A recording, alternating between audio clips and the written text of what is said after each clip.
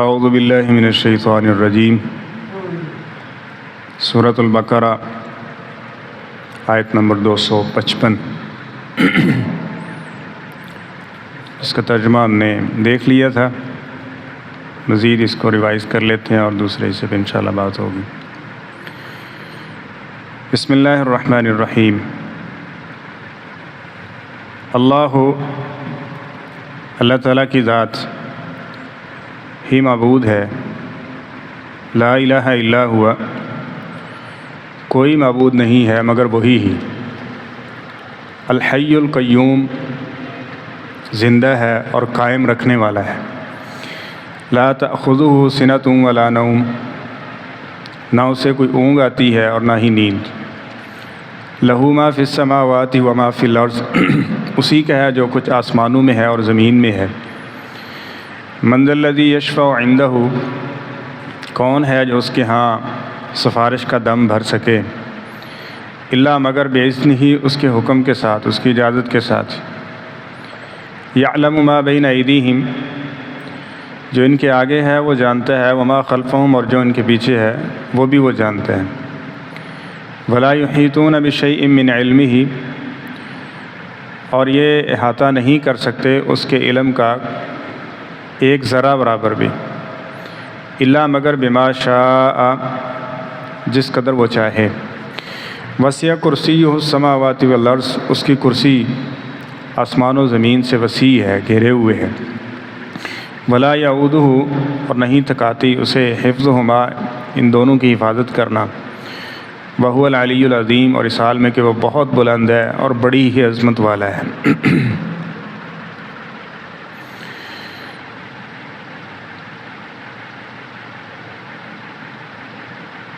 کل کے سبق میں اللہ تعالیٰ کی صفت حی القیوم اور نیند و اونگ کے حوالے سے بات ہو چکی ہے۔ جو دعویٰ ہے اس کو دہرا دیتے ہیں، مزید اس کے دلائل پڑھتے ہیں۔ دعویٰ یہ ہے اللہ معبود ہے، باقی نہیں ہے۔ اللہ لا الہ الا ہو، اللہ معبود ہے، باقی معبود نہیں، کوئی معبود نہیں ہے مگر وہی ہی۔ توحید کا کنسیپٹ یہ ذہن میں رکھ لیجئے، کلیئر ہو ہی نہیں سکتا جب اللہ تعالیٰ کو ایک مان کے باقیوں کا انکار نہیں کریں گے۔ باقیوں کو بھی ساتھ میں شامل کرتے رہیں گے تو یہی شرک ہے۔ عیسائیوں نے دو کو شریک کر لیا، بنا لیے، اللہ کو مائنس تو نہیں نہ کیا۔ توحید یہ ہے کہ اللہ تعالیٰ کا اقرار کرنا اور سبحانہ، باقی جتنی بھی ایسی چیزیں جو انہوں نے اللہ کی طرف منسوب کی ہیں شرک کی صورت میں، ان کا انکار کرنا۔ اور یہاں بھی وہی چیز ہے، اللہ معبود برحق ہے، اس کے علاوہ کوئی بھی نہیں ہے۔ ٹھیک ہے، اب صرف اللہ ہے، اس کی اوصاف آگے ذکر کیے کہ یہ کسی میں ہے تو بتا دو۔ پرکھا جا رہا ہے نا، تم کہتے ہو فلاں ہے فلاں ہے فلاں ہے، تو اللہ کی یہ صفتیں کسی میں ہیں تو بتا دو۔ وہ اللہ معبود کیوں ہے کہ یہ صفتیں صرف اسی میں پائی جاتی ہیں۔ کچھ آپ نے سن لی، آگے اللہ تعالیٰ ذکر فرما رہے ہیں لہو ما فی السماوات و ما فی الارض۔ اللہ معبود کیوں ہے اور اس کی عبادت کیوں کرنی ہے اور باقی معبود کیوں نہیں ہیں؟ اس لیے کہ زمین و آسمان میں جو کچھ ہے وہ سارے کا سارا کس کا ہے؟ وہ زمین کس نے بنائی؟ اللہ نے۔ آسمان کس نے بنایا؟ یہ سارے کے سارے کا وارث کون ہے؟ اللہ تعالیٰ کی ذات ہے۔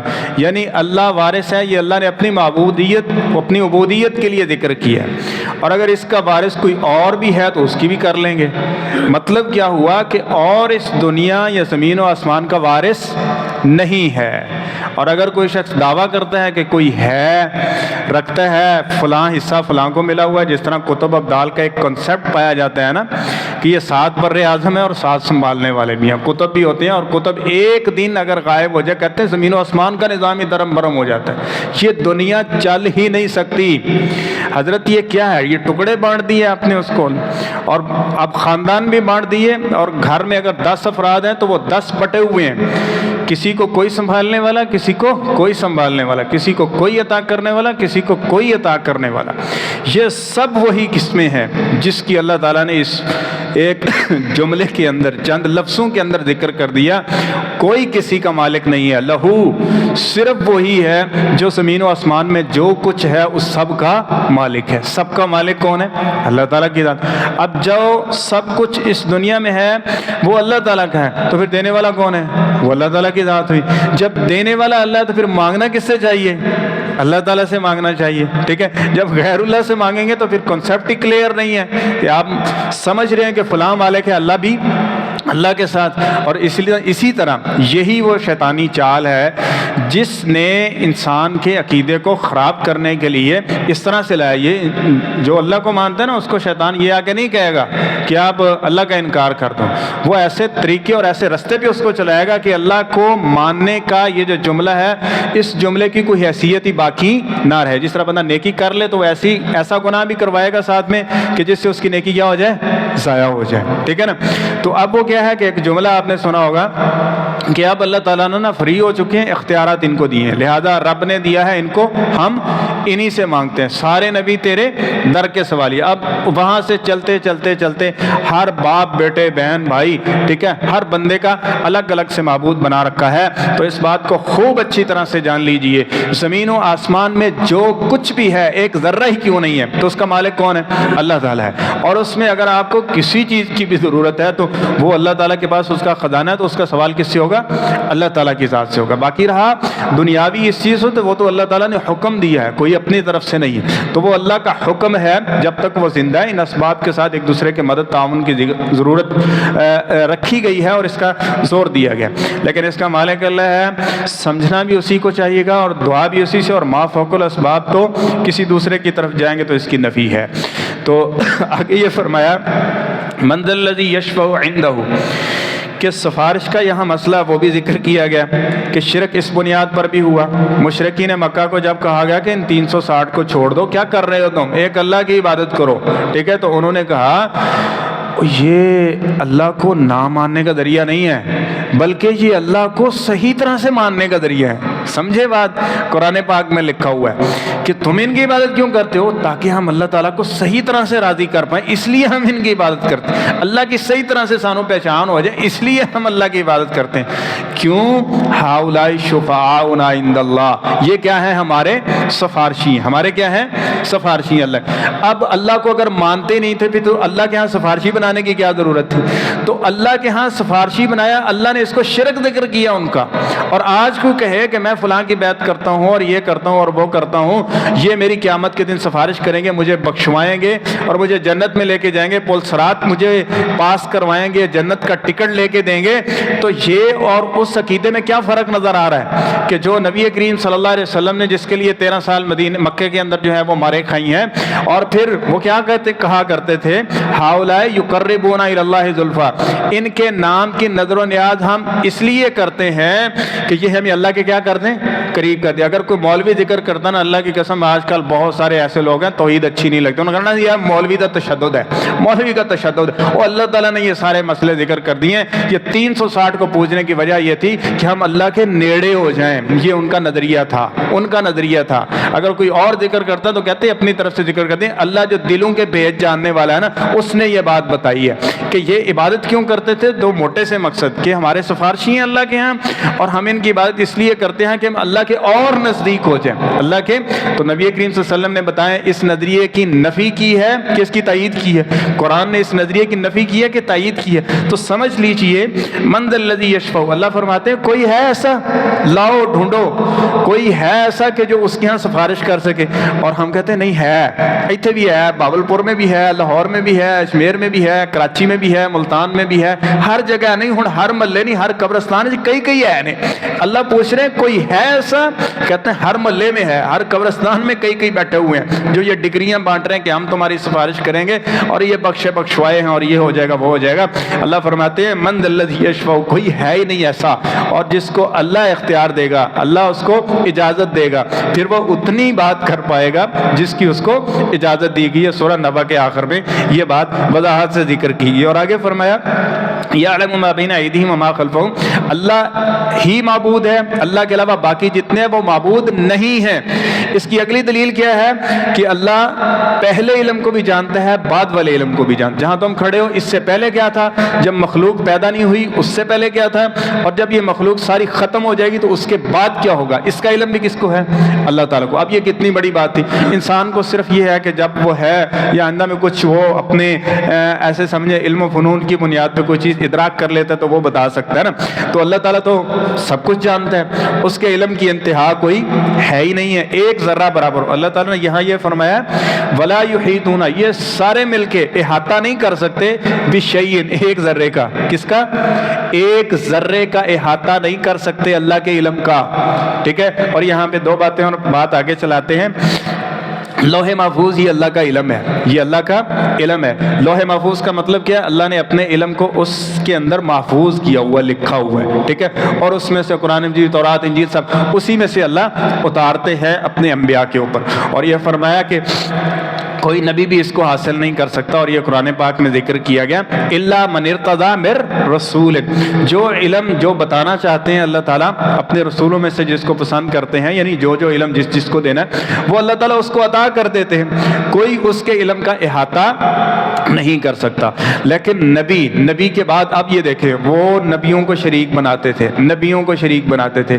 آج کل کے دور میں کیا دیکھیں اور اس کی کتنی ضرورت ہے، آج کل کے دور میں یہ کنسیپٹ ملتا ہے، کہتے ہیں ساری دنیا، اور حضرت کچھ لوگ تو ایسے بھی ہیں کہ جنہوں نے یہاں تک بول دیا اور لکھ دیا اور کہہ رہے ہیں کہ اللہ تعالیٰ نے یہ جو لوح محفوظ بنائی ہے نا، وہ اپنے بزرگوں کی طرف اس کی نسبت کرتے ہیں، نام نہیں لیتے، شاید کسی کو محسوس ہو کہ فرقہ واریت ہے، فرقہ واریت تو نہیں، لیکن جو قرآن و حدیث کے اور اللہ تعالیٰ کی صفات کے ذات کے خلاف بات ہوگی اس کا تو جو ہے وہ ذکر کرنا یہ عین حق اور ضروری ہے۔ جب تک اس کو بیان نہیں کریں گے تو کہیں گے وہ بھی ٹھیک ہے، یہ بھی ٹھیک ہے، تو یہ سارا نظریہ چلتا رہے گا۔ وہ کہتے ہیں فلاں ہے جو لوح محفوظ کو ایسے ہی جانتے ہیں جس طرح یہ سامنے پڑی ہوئی ہے، ایک ہاتھ کی ہتھیلی پہ پڑا ہوا نا رائی کا دانہ ہے نا، جس طرح اس کو جانتا ہے، وہ لوح محفوظ کو سب کچھ جانتے، وہ دیکھا ہوا ہے، تو پھر لوح محفوظ کو غیر محفوظ کر دیا ہے، اور ابھی کہتے ہیں کہ شرک باقی نہیں ہے، اور ابھی کہتے ہیں کہ اللہ تعالیٰ کی ذات کی نہ قدری نہیں، تو یہ کیا ساری چیزیں، تو اللہ تعالیٰ کے علم کو اس نے اس کا احاطہ ہے، لوح محفوظ کو محفوظ اسی لیے کہتے ہیں کہ اس کا علم کس کے پاس ہے، صرف اللہ تعالیٰ کی ذات کے پاس ہے، نہ کوئی ولی، نہ کوئی فرشتہ، نہ کوئی نبی، وہی جانتا ہے جس کا اللہ نے ذکر کر دیا۔ اور اگلی چیز علم غیب کا بہت بڑا مسئلہ چلتا ہے بھائی، یہ ایک صورت ہے، اس لیے میں نے کل عرض کی تھی کہ یہ جو سورہ یہ آیت الکرسی ہے نا، اس کا درس لیا کریں، کوئی مہینے میں ایک آدھ دفعہ اس کو لازمی سنا کرے تاکہ عقیدہ مضبوط رہے، پختہ رہے، جہاں کو کمی قطعی لچک آ رہی ہے نا، شیطانی وسوسہ پڑ رہا ہے، اس سے بندہ بچ پائے۔ آگے یہ ذکر فرمایا اور مسئلہ علم غیب کا کہ کہتے ہیں، اور پھر نبی کریم صلی اللہ علیہ وسلم کے بارے بھی ایک بات منسوب ہے، کہتے ہیں نبی کریم صلی اللہ علیہ وسلم کو اللہ تعالیٰ نے علم دے دیا ما کان وما یکون، ما کان وما یکون، جو پہلے تھا جو بعد میں ہوگا۔ آپ ذرا سمجھیے گا، یہاں دیکھیں اللہ تعالیٰ فرما رہے ہیں ولا یحیطون بشیء من علمہ، اور پیچھے فرمایا یعلم ما بین ایدیہم وما خلفہم، اللہ پہلے بھی جانتا ہے بعد والا بھی جانتا ہے۔ یہاں کیا ذکر کیا گیا، ما کان جو ہوا، وما یکون جو ہوگا، مقابلہ ہے خدا کا کہ نہیں؟ اللہ فرما رہے ہیں ایدیہم سامنے یعنی بعد میں ان کے ہوگا، اور خلفہم جو ان کے پیچھے ہوا، ٹھیک ہے، اس کو بھی اللہ جانتا ہے۔ یہ اللہ نے اپنی صفت ذکر کی ہے، ٹھیک ہے، اور دوسری طرف کیا ذکر کیا جا رہا ہے کہ جو تھا، جو ہوا اور جو ہوگا یہ جانتے ہیں۔ ما کان وما یکون کا علم کسی کو ہے ہی نہیں، اور اللہ تعالیٰ نے نبی کریم صلی اللہ علیہ وسلم کو خود فرمایا آپ اعلان کر دیں، کل اے پیغمبر کہہ ڈالو تاکہ یہ وسوسے ختم ہو جائیں ان کے، ٹھیک ہے، اور ایسے دھوکے بازوں کے لیے کو موقع نہ رہے توحید پہ ڈاکہ ڈالنے کے لیے، کل فرما دیجئے لا یعلم من فی السماوات والارض الغیب الا اللہ، زمین و آسمان میں جو کچھ ہے کوئی بھی ہے، وہ نبی، ولی، پیغمبر، جن، فرشتہ، کوئی بھی ہے وہ غیب نہیں جانتا الا اللہ، کون جانتا ہے؟ صرف اللہ جانتا ہے۔ اب کو کہے آپ یہ کہتے رہو اللہ عالم الغیب ہے، اللہ عالم الغیب ہے، کوئی کہے نہیں فلانا بھی عالم الغیب ہے، تو فلانا کہو نہیں، اے نہیں کہنا فلانا علم غیب نہیں جانتا، اس کو نہ کہو، اللہ عالم الغیب ہے۔